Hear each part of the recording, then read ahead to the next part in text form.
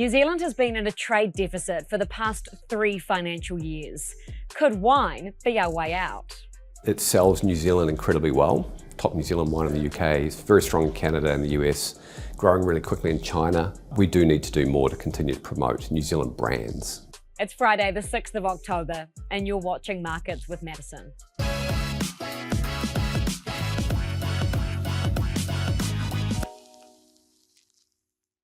The value of what we're importing is higher than the value of our exports.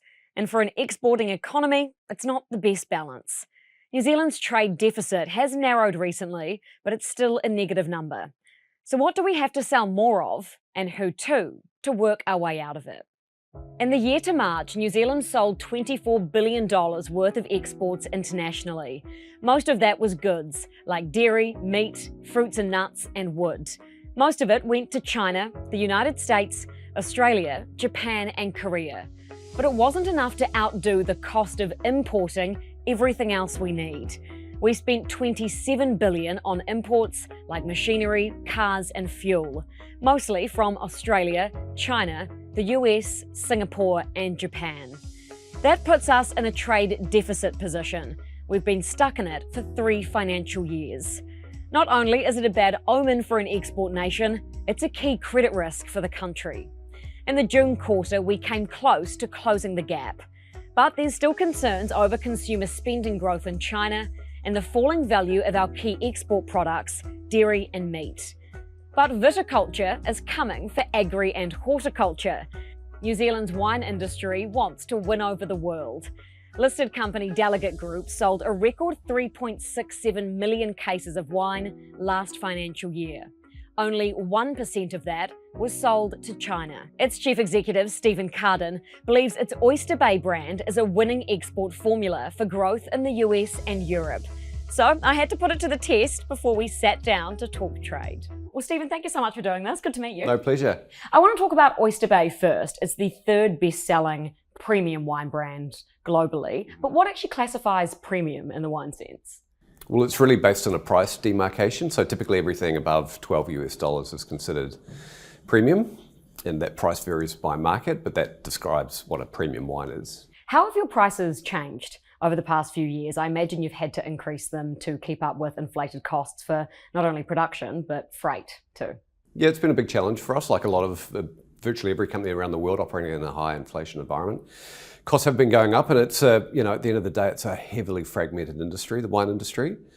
And even though Oyster Bay is a very, very powerful brand, we've got to be very careful about how we increase prices in our major markets around the world to ensure we sort of bring our retailer customers and consumers with us as those prices increase. But we are looking at some fairly consistent increases in pricing over time, and that's just a discipline we need to continue to improve on as a company. When you say consistent, is that consistent with the rest of the market or consistent with the inflated costs that you're seeing as a business? I think it's both. It's a case of not having, an occasional large increase, but steady increases over time, making sure that we retain parity in our pricing with our major competitors, ensuring that our customers understand that they can achieve the margin outcomes that they have, and at the same time make sure we can maintain our margins. So it's a challenging balancing act, particularly as a brand when we're typically in most markets growing pretty aggressively at the moment. Yeah, I can imagine. I don't want to talk about your margin specifically. Your FY23 profit lifted by a little bit, which was great. But your EBIT margins since about FY21 have dropped about 700 basis points. That's according to Jarden Research. What's your plan to recover that? Do you just go hard on value and try to increase prices? Or is there a plan to massively increase volume internationally too? Well, we've been growing pretty steadily in volume. In fact, for the last 25 years, we've been growing very, very steadily in our volume. So that'll continue. I think it's 2 things. One is the price increase component, which is important. The second thing is very much market mix. And so some of our markets are much more profitable than others. And so much of that growth that we expect will largely come out of North America, which is a more profitable market for us. And so I suspect we'll see ongoing profitability improvements. And then from a cost perspective, as we continue to improve our scale with greater volume, we expect our costs on a per case basis to continue to fall. Why is Canada more profitable than elsewhere? Well, Canada and particularly the US are key markets. A lot of it has to do with the pricing structure, the level of in-market taxes, the pricing structure of the retailers, and what we can basically charge per bottle in various markets differs quite dramatically. But the US market, even though it's a multi-tier market with distributors, does tend to be a pretty profitable market for us, which is great. What are you targeting for volume growth in the likes of North America and elsewhere? When I walked into your office today, it says winning the world over. So where are you yet to win? Yeah, well, I mean, Oyster Bay is this extraordinary success story. New Zealanders don't appreciate just how successful it's been. I think you mentioned the third most sold premium wine brand in the world, which I think for every New Zealander, we should be very, very proud of that, to have achieved such success. And unlike a lot of brands, that success has come from multiple markets. So we're the number one selling wine in Australia by value across all wine. The top Sauvignon Blanc in the UK, top New Zealand wine in the UK, is very strong in Canada and the US, growing really quickly in China, very strong here in New Zealand. So it's been a success story where consumers have fallen in love with the brand and the product all around the world, which has been great. But the US will be where most of our future growth comes, and that's probably around about 9% year-on-year growth for the next 3 years, which in a market which is largely flat to declining, it certainly bucks the trend. Yeah, wow. What's your current, I hate this term, but your current penetration rate in that market? Because it seems like if there's space for 9% year-on-year growth, it must be pretty small at the moment with all that headroom to come. Yeah, correct. There's about 53 million premium wine consumers in the US, so it's by far the largest wine market in the world. And we sell to about 3.5 million of those currently. Million? Yeah. So there's significant upside there for us to increase penetration. About 11 million consumers in the US have tried New Zealand wine. But not necessarily Oyster Bay, just Correct. New Zealand wine. Just okay. New Zealand wine in total. So they are very much starting to establish a real love for New Zealand, and particularly New Zealand Sauvignon Blanc. So there's definitely growth in that segment of the market, and New Zealand's fortunate in that respect that we've got pretty much the premium variety that US consumers are now turning to in the wine category. And if Oyster Bay, which has a pretty sizable share of the New Zealand category in the US market, can continue to grow, then we'll continue to build that market pretty substantially. So what's the game plan? How are you going to achieve 9% year-on-year growth? If 11 million have tried it, how do we get them to keep drinking it? Yeah, well, they're switching a lot from Chardonnay, which has been the predominant white wine in the US up until this point. They are developing a love, as I said, for New Zealand Sauvignon Blanc. There's quite a bit of Californian Sauvignon Blanc now being grown. It's not as good though, is it? I don't think it's quite as good. Personally speaking. We'd strongly advocate for that. Slightly biased. Yeah. So we've got a big job to recruit new consumers into the New Zealand category, and Sauvignon Blanc in particular. And that's just about investing in marketing and recruiting new consumers behind the brand. We've got about 55 people over there in the US market who are our sales team. So they're very aggressive at targeting both off-premise and on-premise customers for future growth. So I suspect that combination of sales, distribution, and marketing investment should help sort of grow that market for us over time. I mean, I go to the US and I catch up with friends and they find out where I work and they've never heard of Delegat, but they've heard of Oyster Bay. It's one of the best known New Zealand brands offshore, hands down, just well outside wine. And it sells New Zealand incredibly well. It's a very high quality brand. People love the story. They love what it stands for and they love the product at the end of the day, which is fantastic. If you plan to grow massively in the US specifically, would an FTA with the US help? Yeah, it would, I'm sure, definitely help. I mean, we don't see the tariff structure as being a major impediment for us in terms of how we go in the US market, but every additional piece of trade support that we can get definitely makes a difference. So if you're targeting 9% year-on-year growth in just the US, probably more elsewhere, net, how much are you going to have to increase your production and supply to meet that hopefully expected demand? Yeah, that's a constant challenge for us, and about 3/4 of our supply is from our own vineyard. So we've got a huge growing plan in Marlborough, where most of our wine comes from, to expand our vineyard production, which is a massive capital investment for the business, but that does protect our longer term supply profile. There's only about 5,000 hectares of available land for Marlborough Sauvignon Blanc left for development, and Oyster Bay's Delegat's already sort of secured about 800 to 1,000 of those hectares for its future growth. So, there is a real race on now for supply amongst wine companies. They see the long-term growth prospects for Sauvignon Blanc and are really competing quite heavily to get access to that supply. So Delegat's in a great shape with the investments that it's made to secure it. But we want to be more than just a one variety company. I think a lot of New Zealand wine companies are largely Sauvignon Blanc.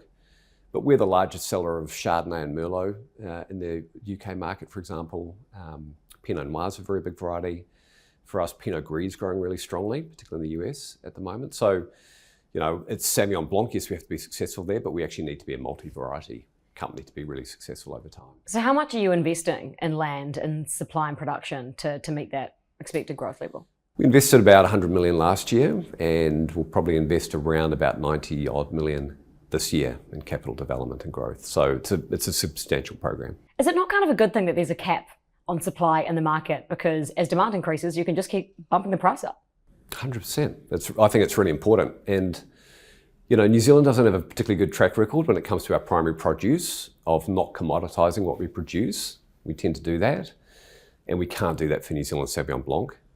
And, we get really worried. We invest a huge amount behind our brand to maintain a real top premium price point for our Sauvignon Blanc. And we get worried when we see, UK supermarkets and Australian supermarkets produce house New Zealand Sauvignon Blanc supplied out of New Zealand, and it does commoditise New Zealand Sauvignon Blanc, and we have to be very careful as an industry to avoid that, I think. So value, clearly important, but obviously you're targeting volume as well. We have a trade deficit for New Zealand more broadly. What do you think our best strategy for a way out is? Is it going harder on value like you've spoken about, or volume too? Well, it's got to largely be a value play. I think we've found in the primary sector over many years that we just can't produce more sheep or more cows or more milk without pretty significant environmental problems. And it's the same in the wine industry as well. We've only got so much suitable land for wine. And while we can continue to improve our ability to grow yields on a per hectare basis, we have to find ways in which we can increase value over time. And that's largely through creating great brands like Oyster Bay that consumers love, buy into the story, love New Zealand produce, and are prepared to pay more for it. That's the only way in which we can grow over time sustainable exports, I think. Is it kind of embarrassing that as an almost entirely export nation, we're in a trade deficit? I wouldn't say it's embarrassing. It's probably a function of our currency as much as it is of our export earning potential. I mean, look, New Zealand punches above its weight in export capability. For a very small country, and only thinking about the wine industry, our ability to promote our exports relative to other countries is minuscule, and yet we're establishing New Zealand as a really strong wine market for consumers of both old world and new world wines, and that's a fantastic credit to the New Zealand industry. But we do need to do more to continue to promote New Zealand brands fundamentally over time, like Oyster Bay. I just have one more question specifically about the alcohol industry as a whole.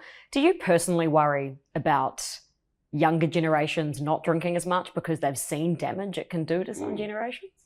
Look, it's a really hot topic for us in the alcohol sector at the moment. Younger people, particularly those under the age of 30, are drinking much less than their parents and grandparents did. So it's a big factor for us. I think everyone in the sector wants responsible consumption of alcohol. It's really important for our long-term sustainability that people don't abuse the product. It's a product that should be enjoyed in moderation. And certainly the fact that younger consumers are looking for something quite different in their beverages now means we have to continue to evolve and adapt and innovate to meet their needs and encourage wine consumption on a responsible basis, and ideally New Zealand Sauvignon Blanc. In moderation. How many times a week do you drink? Or a month if you don't drink weekly? Well, I drink probably 2 or 3 nights a week, typically. It'd be top shelf stuff though, right? Yeah, yes and no. But it's a fantastic social lubricant. I mean, I talk about the fact that it enhances, doesn't it? It enhances social occasions. You're preaching to the choir.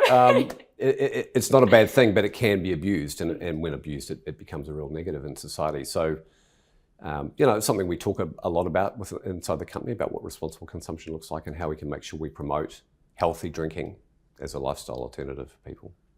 Thanks so much for your time, Stephen. Lovely to chat to you. Good talking to you. I don't normally drink on the job, but just so you know, we did film this on a sunny Wednesday afternoon in Auckland, so it was an appropriate time and scenario for a vino. But I want to know what you think our way out of this trade deficit is. Do we need to sell more to new markets, or just keep lifting prices in the markets that we're already in? Let me know. Now go put your money to work.